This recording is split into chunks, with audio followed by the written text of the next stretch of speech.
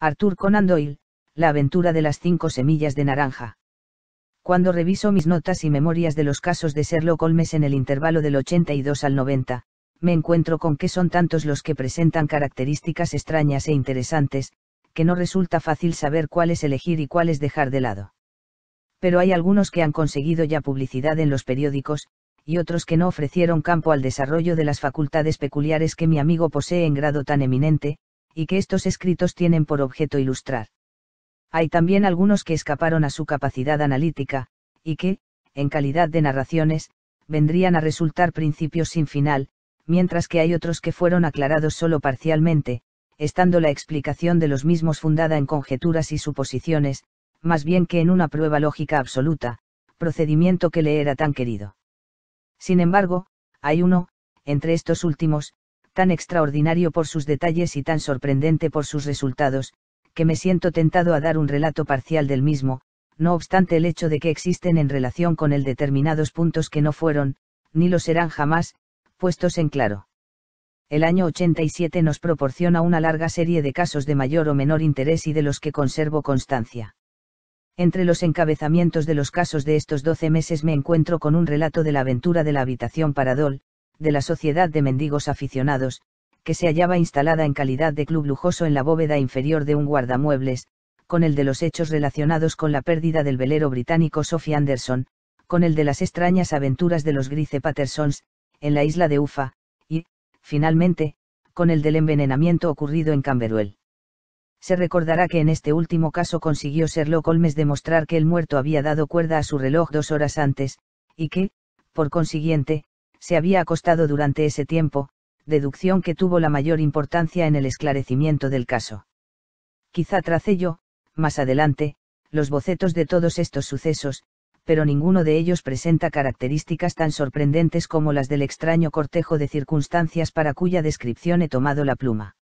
Nos encontrábamos en los últimos días de septiembre y las tormentas equinocciales se habían echado encima con violencia excepcional. El viento había bramado durante todo el día, y la lluvia había azotado las ventanas, de manera que, incluso aquí, en el corazón del inmenso Londres, obra de la mano del hombre, nos veíamos forzados a elevar, de momento, nuestros pensamientos desde la diaria rutina de la vida, y a reconocer la presencia de las grandes fuerzas elementales que ladran al género humano por entre los barrotes de su civilización, igual que fieras indómitas dentro de una jaula. A medida que iba entrando la noche, la tormenta fue haciéndose más y más estrepitosa, y el viento lloraba y sollozaba dentro de la chimenea igual que un niño. Sherlock Holmes, a un lado del hogar, sentado melancólicamente en un sillón, combinaba los índices de sus registros de crímenes, mientras que yo, en el otro lado, estaba absorto en la lectura de uno de los bellos relatos marineros de Clark Russell. Hubo un momento en que el bramar de la tempestad del exterior pareció fundirse con el texto, y el chapoteo de la lluvia se alargó hasta dar la impresión del prolongado espumajeo de las olas del martes. Mi esposa había ido de visita a la casa de una tía suya, y yo me hospedaba por unos días, y una vez más, en mis antiguas habitaciones de Baker Street. ¿Qué es eso?, dije, alzando la vista hacia mi compañero. Fue la campanilla de la puerta, ¿verdad? ¿Quién puede venir aquí esta noche? ¿Algún amigo suyo, quizá? Fuera de usted, yo no tengo ninguno, me contestó. Y no animo a nadie a visitarme. Será entonces un cliente. Entonces se tratará de un asunto grave. Nada podría, de otro modo, obligar a venir aquí a una persona con semejante día y a semejante hora. Pero creo que es más probable que se trate de alguna vieja amiga de nuestra patrona. Se equivocó, sin embargo, Sherlock Holmes en su conjetura, porque se oyeron pasos en el corredor, y alguien golpeó en la puerta. Mi compañero extendió su largo brazo para desviar de sí la lámpara y enderezar su luz hacia la silla desocupada en la que tendría que sentarse cualquiera otra persona que viniese. Luego dijo: Adelante.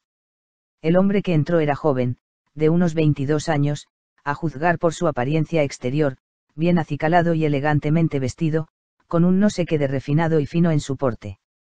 El paraguas, que era un arroyo, y que sostenía en la mano, y su largo impermeable brillante, delataban la furia del temporal que había tenido que aguantar en su camino. Enfocado por el resplandor de la lámpara, miró ansiosamente a su alrededor, y yo pude fijarme en que su cara estaba pálida y sus ojos cargados, como los de una persona a quien abruma alguna gran inquietud. Debo a ustedes una disculpa, dijo, subiéndose hasta el arranque de la nariz las gafas doradas, a presión. Espero que mi visita no sea un entretenimiento. Me temo que haya traído hasta el interior de su abrigada habitación algunos rastros de la tormenta. Deme su impermeable y su paraguas, dijo Holmes. Pueden permanecer colgados de la percha, y así quedará usted libre de humedad por el momento. Veo que ha venido usted desde el sudoeste. Sí, de Horsham. Esa mezcla de arcilla y de greda que veo en las punteras de su calzarlo es completamente característica. Vine en busca de consejo. Eso se consigue fácil. Y de ayuda. Eso ya no es siempre tan fácil. He oído hablar de usted, señor Holmes. Le oí contar al comandante Prendergast cómo le salvó usted en el escándalo de Tankerville Club. Sí, es cierto. Se le acusó injustamente de hacer trampas en el juego. Aseguró que usted se dio maña para poner todo en claro. Eso fue decir demasiado. Que a usted no lo vencen nunca. Lo he sido en 4 ocasiones, 3 veces por hombres, y una por cierta dama. Pero ¿qué es eso comparado con el número de sus éxitos? Es cierto que, por lo general, he salido airoso. Entonces, puede salirlo también en el caso mío. Le suplico que acerque su silla al fuego, y haga el favor de darme algunos detalles del mismo. No se trata de un caso corriente. Ninguno de los que a mí llegan lo son. Vengo a ser una especie de alto tribunal de apelación. Yo me pregunto, a pesar de todo, señor, si en el transcurso de su profesión ha escuchado jamás el relato de una serie de acontecimientos más misteriosos e inexplicables que los que han ocurrido en mi propia familia. Lo que usted dice me llena de interés, le dijo Holmes. Por favor, explíquenos desde el principio los hechos fundamentales, y yo podré luego interrogarle sobre los detalles que a mí me parezcan de la máxima importancia. El joven acercó la silla, y adelantó sus pies húmedos hacia la hoguera. Me llamo Jono Pensab, dijo, pero, por lo que a mí me parece, creo que mis propias actividades tienen poco que ver con este asunto espantoso. Se trata de una cuestión hereditaria, de modo que, para darles una idea de los hechos, no tengo más remedio que remontarme hasta el comienzo del asunto. Deben ustedes saber que mi abuelo tenía 2 hijos, mi tío Elías y mi padre José. Mi padre poseía, en Coventry, una pequeña fábrica, que amplió al inventarse las bicicletas. Poseía la patente de la llanta irrompible o Pensab, y alcanzó tal éxito en su negocio, que consiguió venderlo y retirarse con un relativo bienestar. Mi tío Elías emigró a América siendo todavía joven, y se estableció de plantador en Florida, de donde llegaron noticias de que había prosperado mucho. En los comienzos de la guerra peleó en el ejército de Jackson, y más adelante en el de Hood, ascendiendo en este hasta el grado de coronel. Cuando Lee se rindió, volvió mi tío a su plantación, en la que permaneció por espacio de 3 o 4 años. Hacia el 1869 o 1870, regresó a Europa y compró una pequeña finca en Sussex, cerca de Horsham. Había hecho una fortuna muy considerable, y si abandonó Norteamérica fue movido de su antipatía a los negros, y de su desagrado por la política del Partido Republicano de concederles la liberación de la esclavitud. Era un hombre extraño, arrebatado y violento, muy mal hablado cuando le dominaba la ira, y por demás retraído. Dudo de que pusiese ni una sola vez los pies en Londres durante los años que vivió en Horsham. Poseía alrededor de su casa un jardín y 3 o 4 campos de deportes, y en ellos se ejercitaba, aunque con mucha frecuencia no salía de la habitación durante semanas enteras. Bebía muchísimo aguardiente, fumaba por demás, pero no quería tratos sociales, ni amigos, ni aun siquiera que le visitase su hermano. Contra mí no tenía nada, mejor dicho, se encaprichó conmigo, porque cuando me conoció era yo un jovencito de 12 años, más o menos. Esto debió de ocurrir hacia el año 1878, cuando llevaba ya 8 o 9 años en Inglaterra. Pidió a mi padre que me dejase vivir con él, y se mostró muy cariñoso conmigo, a su manera. Cuando estaba sereno, gustaba de jugar conmigo al chaquete y a las damas, y me hacía portavoz suyo junto a la servidumbre y con los proveedores, de modo que para cuando tuve 16 años era yo el verdadero señor de la casa. Yo guardaba las llaves y podía ir a donde bien me pareciese y hacer lo que me diese la gana, con tal que no le molestase cuando él estaba en sus habitaciones reservadas. Una excepción me hizo, sin embargo, había entre los áticos una habitación independiente, un camaranchón que estaba siempre cerrado con llave, y al que no permitía que entrásemos ni yo ni nadie. Llevado de mi curiosidad de muchacho, miré más de una vez por el ojo de la cerradura, sin que llegase a descubrir dentro sino lo corriente en tales habitaciones, es decir, una cantidad de viejos baúles y bultos. Cierto día, en el mes de marzo de 1883, había encima de la mesa, delante del coronel, una carta cuyo sello era extranjero. No era cosa corriente que el coronel recibiese cartas, porque todas sus facturas se pagaban en dinero contante, y no tenía ninguna clase de amigos. Al coger la carta, dijo, es de la India. Trae la estampilla de Pondicherry. ¿Qué podrá ser? Al abrirla precipitadamente saltaron del sobre 5 pequeñas y resecas semillas de naranja, que tintinearon en su plato. Yo rompí a reír, pero, al ver la cara de mi tío, se cortó la risa en mis labios. Le colgaba la mandíbula, se le saltaban los ojos, se le había vuelto la piel del color de la masilla, y miraba fijamente el sobre que sostenía aún en manos temblorosas. Dejó escapar un chillido, y exclamó luego, cacaca Dios santo, mis pecados me han dado alcance. ¿Qué significa eso, tío? Exclamé. Muerte, me dijo, y levantándose de la mesa, se retiró a su habitación, dejándome estremecido de horror. Eché mano al sobre, y 6 garrapateada en tinta roja, sobre la patilla interior, encima mismo del engomado, la letra K, repetida 3 veces. No había nada más, fuera de las 5 semillas resecas. ¿Qué motivo podía existir para espanto tan excesivo? Me alejé de la mesa del desayuno y, cuando yo subía por las escaleras, me tropecé con mi tío, que bajaba por ellas, trayendo en una mano una vieja llave roñosa, y en la otra, una caja pequeña de bronce, por el estilo de las de guardar el dinero. Que hagan lo que les dé la gana, pero yo los tendré en jaque una vez más. Dile a Mary que necesito que encienda hoy fuego en mi habitación, y envía a buscar a Foram, el abogado de Orcham. Hice lo que se me ordenaba y, cuando llegó el abogado, me pidieron que subiese a la habitación. Ardía vivamente el fuego, y en la rejilla del hogar se amontonaba una gran masa de cenizas negras y sueltas, como de papel quemado, en tanto que la caja de bronce estaba muy cerca y con la tapa abierta.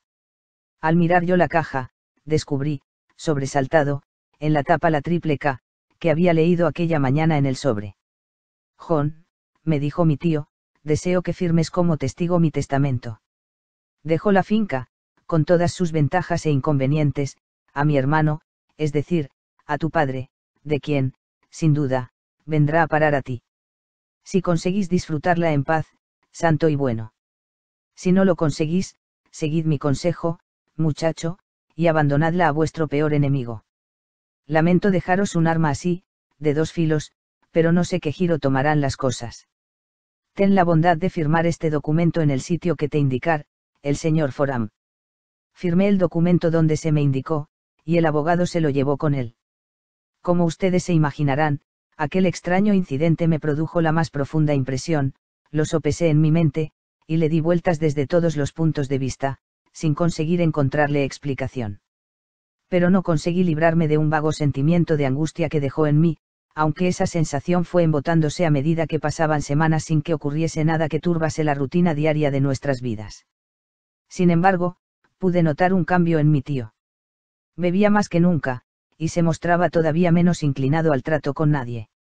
Pasaba la mayor parte del tiempo metido en su habitación, con la llave echada por dentro, pero a veces salía como poseído de un furor de borracho, se lanzaba fuera de la casa, y se paseaba por el jardín impetuosamente, esgrimiendo en la mano un revólver y diciendo a gritos que a él no le asustaba nadie y que él no se dejaba enjaular, como oveja en el redil, ni por hombres ni por diablos.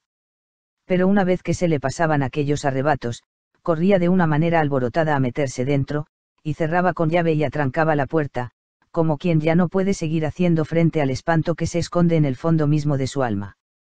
En tales momentos, y aun en tiempo frío, he visto yo relucir su cara de humedad, como si acabase de sacarla del interior de la jofaina. Para terminar, señor Holmes, y no abusar de su paciencia, llegó una noche en que hizo una de aquellas salidas suyas de borracho, de la que no regresó. Cuando salimos a buscarlo, nos lo encontramos boca abajo, dentro de una pequeña charca recubierta de espuma verdosa que había al extremo del jardín. No presentaba señal alguna de violencia, y la profundidad del agua era solo de 2 pies, y por eso el jurado, teniendo en cuenta sus conocidas excentricidades, dictó veredicto de suicidio. Pero a mí, que sabía de qué modo retrocedía ante el solo pensamiento de la muerte, me costó mucho trabajo convencerme de que se había salido de su camino para ir a buscarla. Sin embargo, la cosa pasó, entrando mi padre en posesión de la finca y de unas 14.000 libras que mi tío tenía a su favor en un banco. Un momento, le interrumpió Holmes. Preveo ya que su relato es uno de los más notables que he tenido ocasión de oír jamás. Hágame el favor de decirme la fecha en que su tío recibió la carta y la de su supuesto suicidio. La carta llegó el día 10 de marzo de 1883. Su muerte tuvo lugar 7 semanas más tarde, en la noche del día 2 de mayo. Gracias. Puede usted seguir. Cuando mi padre se hizo cargo de la finca de Horsham, llevó a cabo, a petición mía, un registro cuidadoso del ático que había permanecido siempre cerrado. Encontramos allí la caja de bronce, aunque sus documentos habían sido destruidos. En la parte interior de la tapa había una etiqueta de papel, en la que estaban repetidas las iniciales, y debajo de estas, la siguiente inscripción: cartas, memoranda, recibos y registro. Supusimos que esto indicaba la naturaleza de los documentos que había destruido el coronel Openshab. Fuera de esto, no había en el ático nada de importancia, aparte de gran cantidad de papeles y cuadernos desparramados que se referían a la vida de mi tío en Norteamérica. Algunos de ellos pertenecían a la época de la guerra, y demostraban que él había cumplido bien con su deber, teniendo fama de ser un soldado valeroso. Otros llevaban la fecha de los tiempos de la reconstrucción de los estados del sur, y se referían a cosas de política, siendo evidente que mi tío había tomado parte destacada en la oposición contra los que en el sur se llamaron políticos hambrones, que habían sido enviados desde el norte. Mi padre vino a vivir en Horsham a principios del 84, y todo marchó de la mejor manera que podía desearse hasta el mes de enero del 85. Estando mi padre y yo sentados en la mesa del desayuno el cuarto día después del de Año Nuevo, oí de pronto que mi padre daba un agudo grito de sorpresa. Y lo sé sentado, con un sobre recién abierto en una mano y 5 semillas secas de naranja en la palma abierta de la otra. Se había reído siempre de lo que calificaba de fantástico relato mío acerca del coronel, pero ahora veía con gran desconcierto y recelo que él se encontraba ante un hecho igual. ¿Qué diablos puede querer decir esto, John?, tartamudeó. A mí se me había vuelto de plomo el corazón, y dije: es el KKK. Mi padre miró en el interior del sobre y exclamó: en efecto, aquí están las mismas letras. ¿Pero qué es lo que hay escrito encima de ellas? Yo leí, mirando por encima de su hombro: coloque los documentos encima de la esfera del reloj de sol. El tercer día, después de recibir la carta, marchó mi padre a visitar a un viejo amigo suyo, el comandante Freebody, que está al mando de uno de los fuertes que hay en los altos de Portsdown. Me alegré de que se hubiese marchado, pues me parecía que hallándose fuera de casa estaba más alejado del peligro. En eso me equivoqué, sin embargo. Al segundo día de su ausencia recibí un telegrama del comandante en el que me suplicaba que acudiese allí inmediatamente. Mi padre había caído por la boca de uno de los profundos pozos de cal que abundan en aquellos alrededores, y yacía sin sentido, con el cráneo fracturado. Me trasladé hasta allí a toda prisa, pero mi padre murió sin haber recobrado el conocimiento. Según parece, regresaba, ya entre dos luces, desde Fareham, y como desconocía el terreno y la boca del pozo estaba sin cercar, el jurado no titubeó en dar su veredicto de muerte producida por causa accidental. Por mucho cuidado que yo puse en examinar todos los hechos relacionados con su muerte, nada pude descubrir que sugiriese la idea de asesinato. No mostraba señales de violencia, ni había huellas de pies, ni robo, ni constancia de que se hubiese observado por las carreteras la presencia de extranjeros. No necesito, sin embargo, decir a ustedes que yo estaba muy lejos de tenerlas todas conmigo, y que casi estaba seguro de que se había tramado a su alrededor algún complot siniestro. De esa manera tortuosa fue como entré en posesión de mi herencia. Ustedes me preguntarán por qué no me desembaracé de la misma. Les contestaré que no lo hice porque estaba convencido de que nuestras dificultades se derivaban, de una manera u otra, de algún incidente de la vida de mi tío, y que el peligro sería para mí tan apremiante en una casa como en otra. Mi pobre padre halló su fin durante el mes de enero del año 85, y desde entonces han transcurrido 2 años y 8 meses. Durante todo ese tiempo yo he vivido feliz en Horsham, y ya empezaba a tener la esperanza de que aquella maldición se había alejado de la familia, y que había acabado en la generación anterior. Sin embargo, me apresuré demasiado a tranquilizarme. Ayer por la mañana cayó el golpe exactamente en la misma forma que había caído sobre mi padre. El joven sacó del chaleco un sobre arrugado, y volviéndolo boca abajo encima de la mesa, hizo saltar del mismo 5 pequeñas semillas secas de naranja. He aquí el sobre, prosiguió. El estampillado es de Londres, sector del este. En el interior están las mismas palabras que traía el sobre de mi padre, KKK, y las de, coloque los documentos encima de la esfera del reloj de sol. ¿Qué ha hecho usted?, preguntó Holmes. Nada. Nada.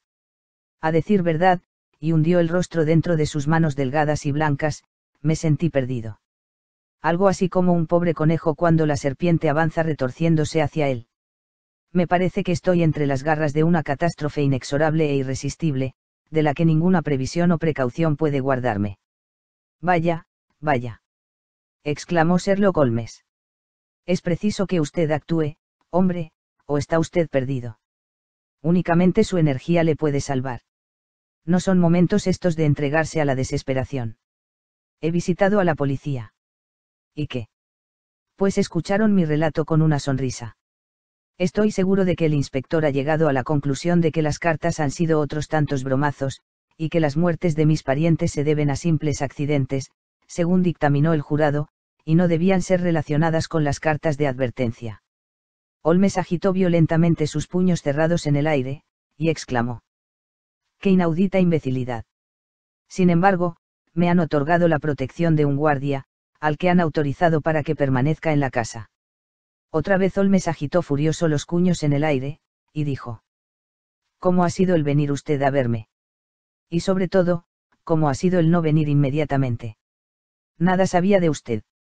Ha sido hoy cuando hablé al comandante Prendergast sobre el apuro en que me hallo, y él me aconsejó que viniese a verle a usted. En realidad han transcurrido ya 2 días desde que recibió la carta. Deberíamos haber entrado en acción antes de ahora. Me imagino que no poseerá usted ningún otro dato fuera de los que nos ha expuesto, ni ningún detalle sugeridor que pudiera servirnos de ayuda.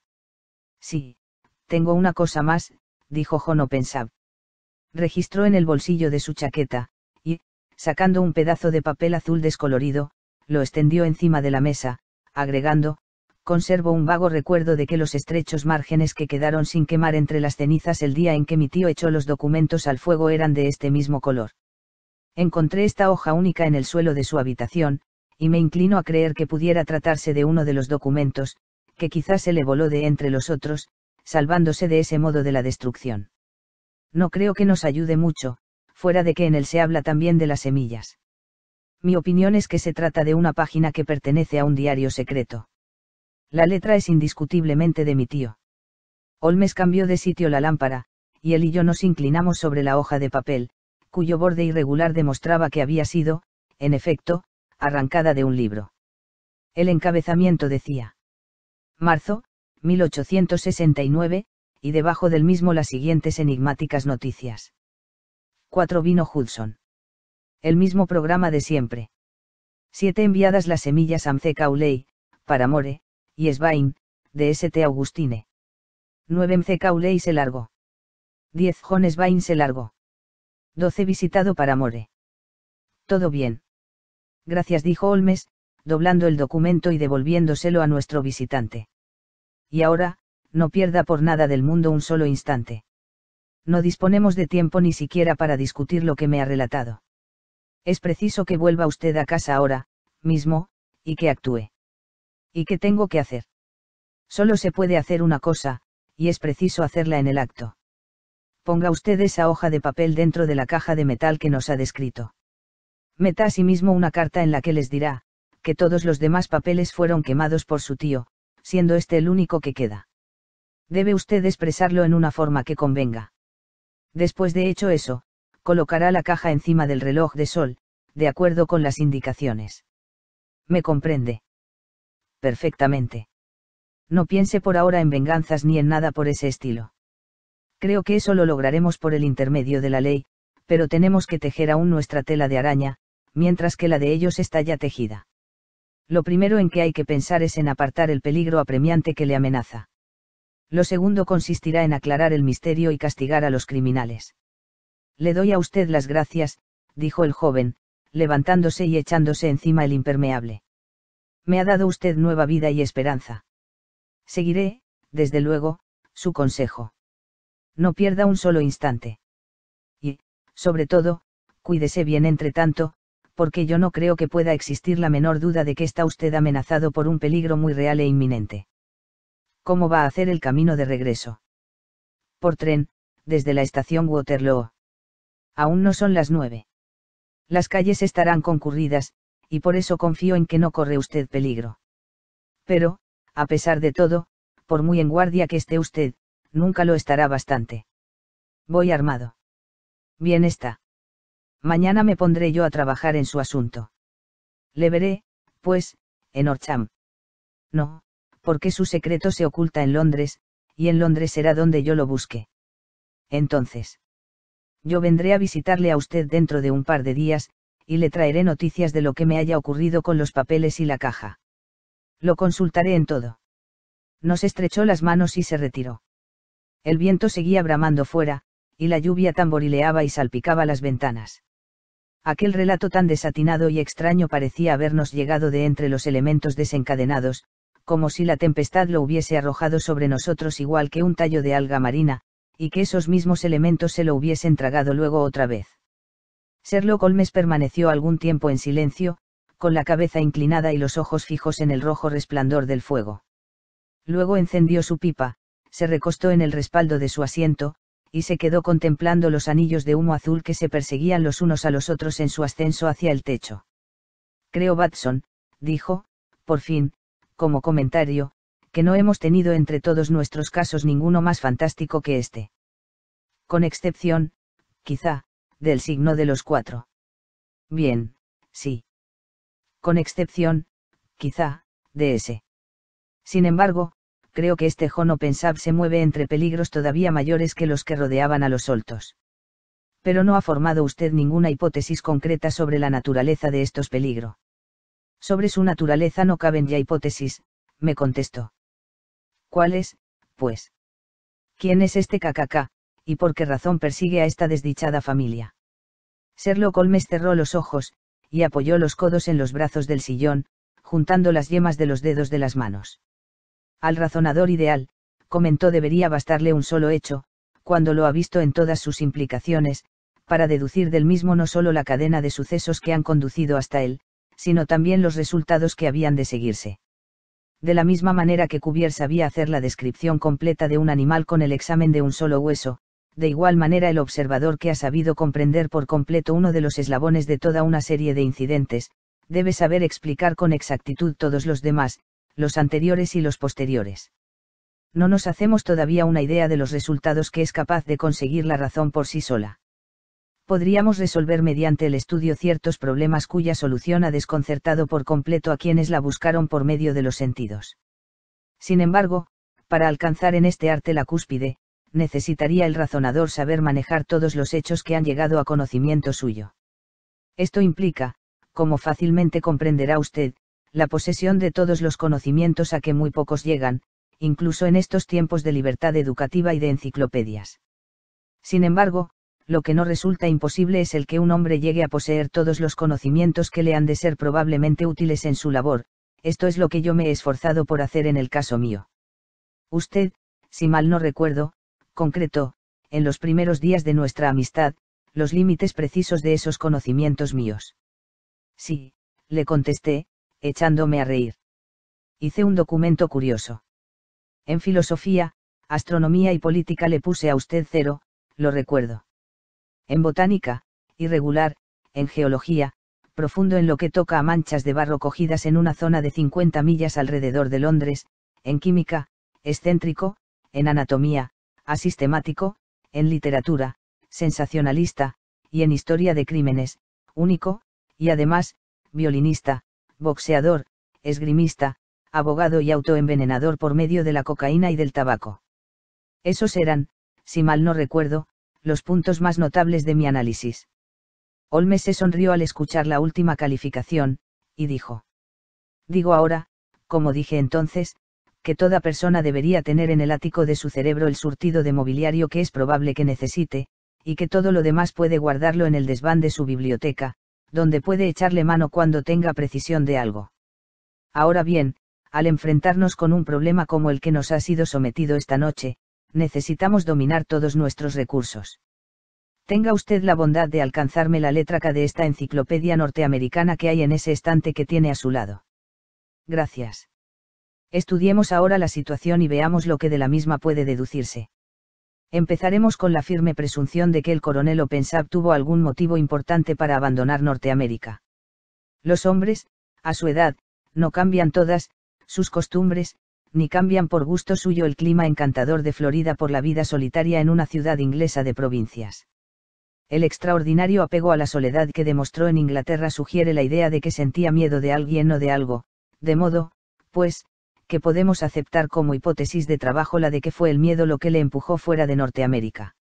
En cuanto a lo que él temía, solo podemos deducirlo por el estudio de las tremendas cartas que él y sus herederos recibieron. ¿Se fijó usted en las estampillas que señalaban el punto de procedencia? La primera traía el de Pondicherry, la segunda, el de Dundee, y la tercera, el de Londres.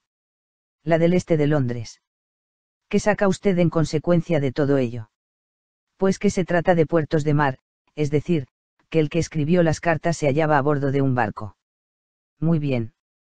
Ya tenemos, pues, una pista. No puede caber duda de que, según toda probabilidad, una fuerte probabilidad, el remitente se encontraba a bordo de un barco. Pasemos ahora a otro punto. En el caso de la carta de Pondicherry transcurrieron 7 semanas entre la amenaza y su cumplimiento, en el de Dundee fueron solo 3 o 4 días. Nada le indica eso. Que la distancia sobre la que había de viajar era mayor. Pero también la carta venía desde una distancia mayor.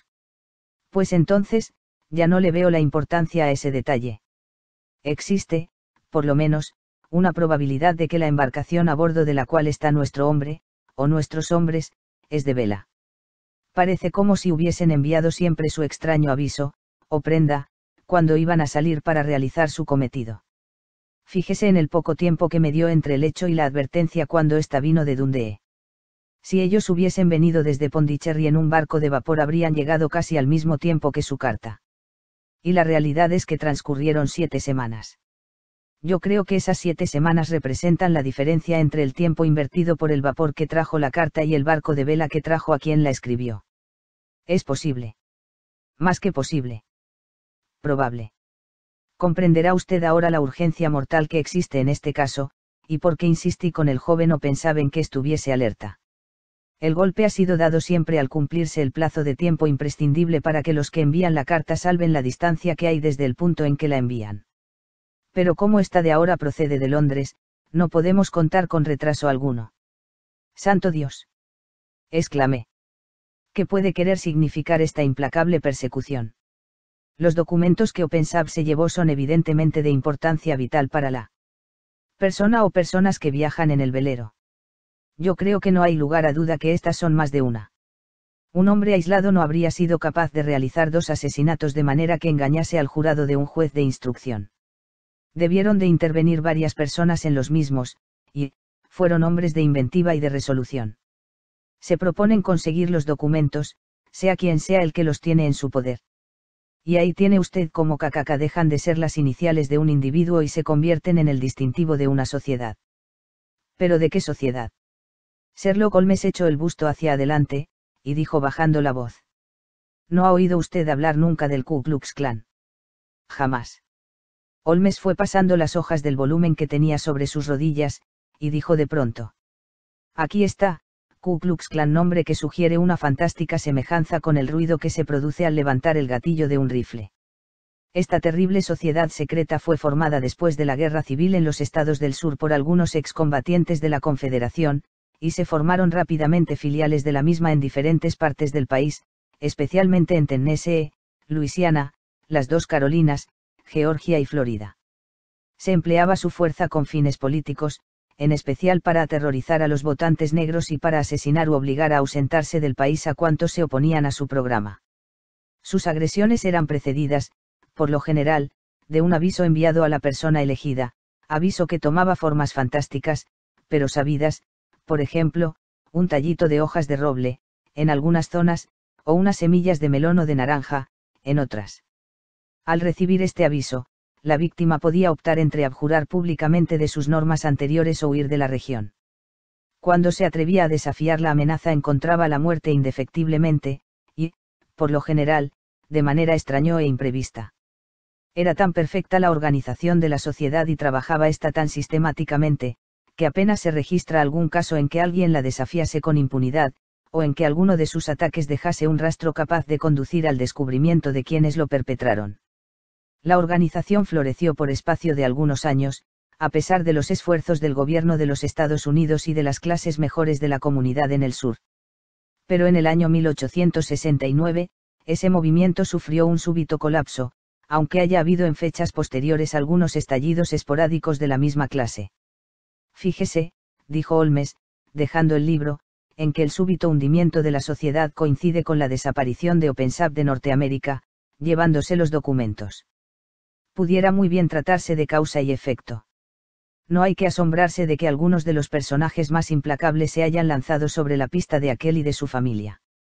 Ya comprenderá usted que el registro y el diario pueden complicar a alguno de los hombres más destacados del sur, y que es posible que haya muchos que no duerman tranquilos durante la noche mientras no sean recuperados. De ese modo, la página que tuvimos a la vista es tal y como podíamos esperarlo. Decía, si mal no recuerdo, se enviaron las semillas a B y C, es decir, se les envió la advertencia de la sociedad. Las anotaciones siguientes nos dicen que A y B se largaron, es decir, que abandonaron el país, y, por último, que se visitó a C, con consecuencias siniestras para este, según yo me temo. Creo, doctor, que podemos proyectar un poco de luz sobre esta oscuridad, y creo también que, entre tanto, solo hay una probabilidad favorable al joven OpenSAP, y es que haga lo que yo le aconseje. Nada más se puede decir ni hacer por esta noche, de modo que alcánceme mi violín y procuremos olvidarnos durante media hora de este lastimoso tiempo y de la conducta, más lastimosa aún, de nuestros semejantes los hombres. A la mañana siguiente había escampado, y el sol brillaba con amortiguada luminosidad por entre el velo gris que envuelve a la gran ciudad. Cuando yo bajé, ya Holmes estaba desayunando.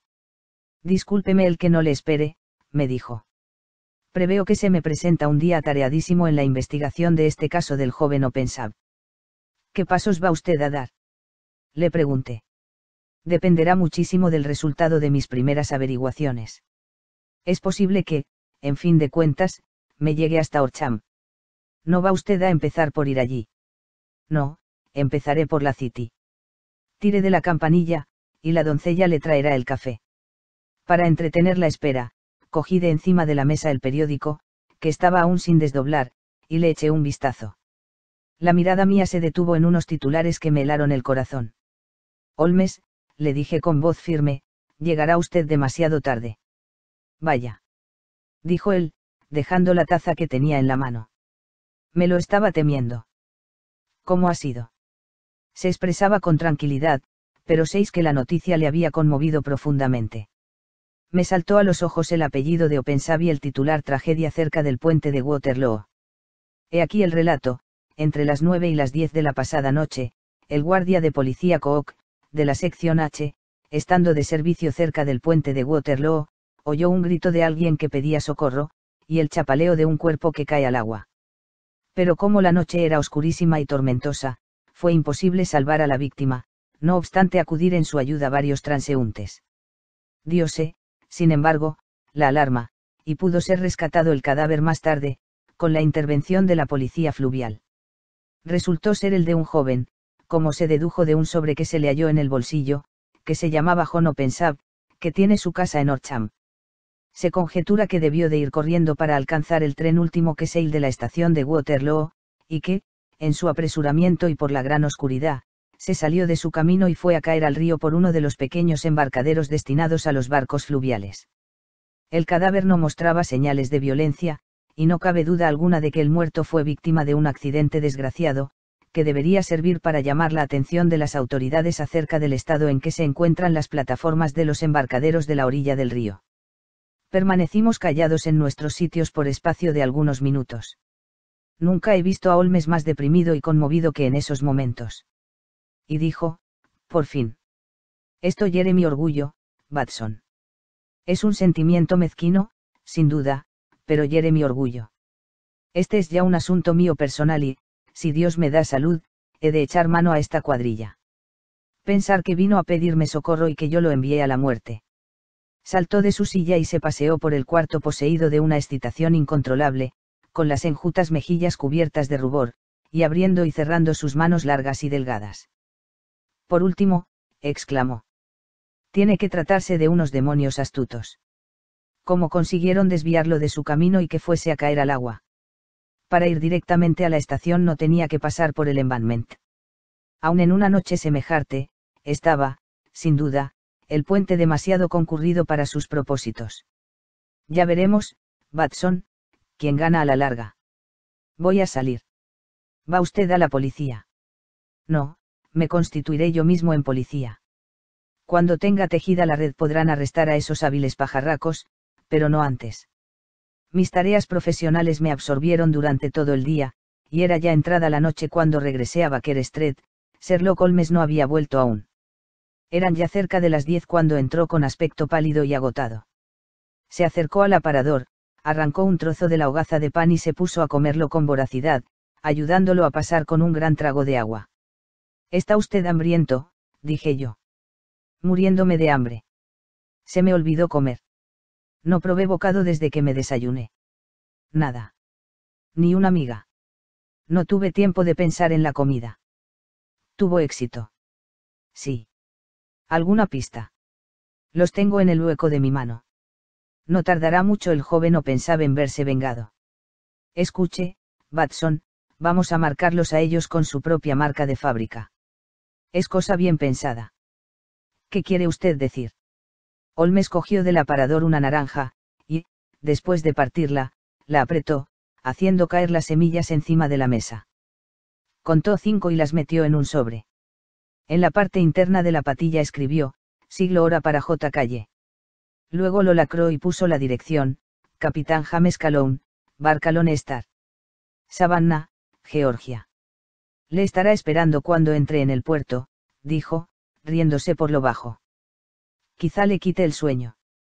Será un nuncio tan seguro de su destino como lo fue antes para Openshaw. ¿Y quién es este Capitán Calhoun? El jefe de la cuadrilla. También atraparé a los demás, pero quiero que sea él el primero. ¿Y cómo llegó usted a descubrirlo? Sacó del bolsillo una granola de papel, toda cubierta de fechas y de nombres, y dijo. Me he pasado todo el día examinando los registros del Lloyd y las colecciones de periódicos atrasados, siguiendo las andanzas de todos los barcos que tocaron en el puerto de Pondicherry durante los meses de enero y febrero del año 83. Fueron 36 embarcaciones de buen tonelaje las que figuraban en esos 6 meses. La llamada Lone Star atrajo inmediatamente mi atención porque, aunque se señalaba a Londres como puerto de procedencia, se conoce con ese nombre de estrella solitaria a uno de los estados de la Unión. Creo que al de Texas. Sobre ese punto, ni estaba ni estoy seguro, pero yo sabía que el barco tenía que ser de origen norteamericano. Y luego. Repasé las noticias de Dundee, y cuando descubrí que la barca Lone Star se encontraba allí el mes de enero del 85, mis sospechas se convirtieron en certeza.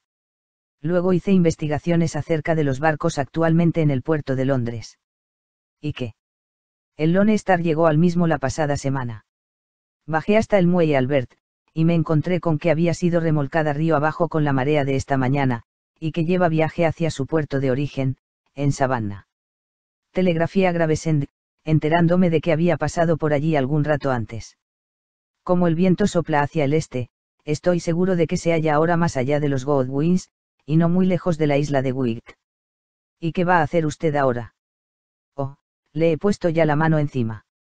Él y los 2 contramaestres son, según he sabido, los únicos norteamericanos nativos que hay a bordo. Los demás son finlandeses y alemanes. Me consta, asimismo, que los 3 pasaron la noche en tierra.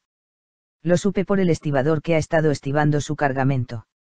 Para cuando su velero llegue a Savannah, el vapor correo habrá llevado esta carta, y el cable habrá informado a la policía de dicho puerto de que la presencia de esos 3 caballeros es urgentemente necesaria aquí para responder de una acusación de asesinato. Sin embargo, hasta el mejor dispuesto de los proyectos humanos tiene siempre una rendija de escape, y los asesinos de Hono Pensab no iban a recibir las semillas de naranja que les habría demostrado que otra persona, tan astuta y tan decidida como ellos mismos, les seguía la pista. Las tempestades equinocciales de aquel año fueron muy persistentes y violentas. Esperamos durante mucho tiempo noticias de Savannah del Lone Star, pero no nos llegó ninguna.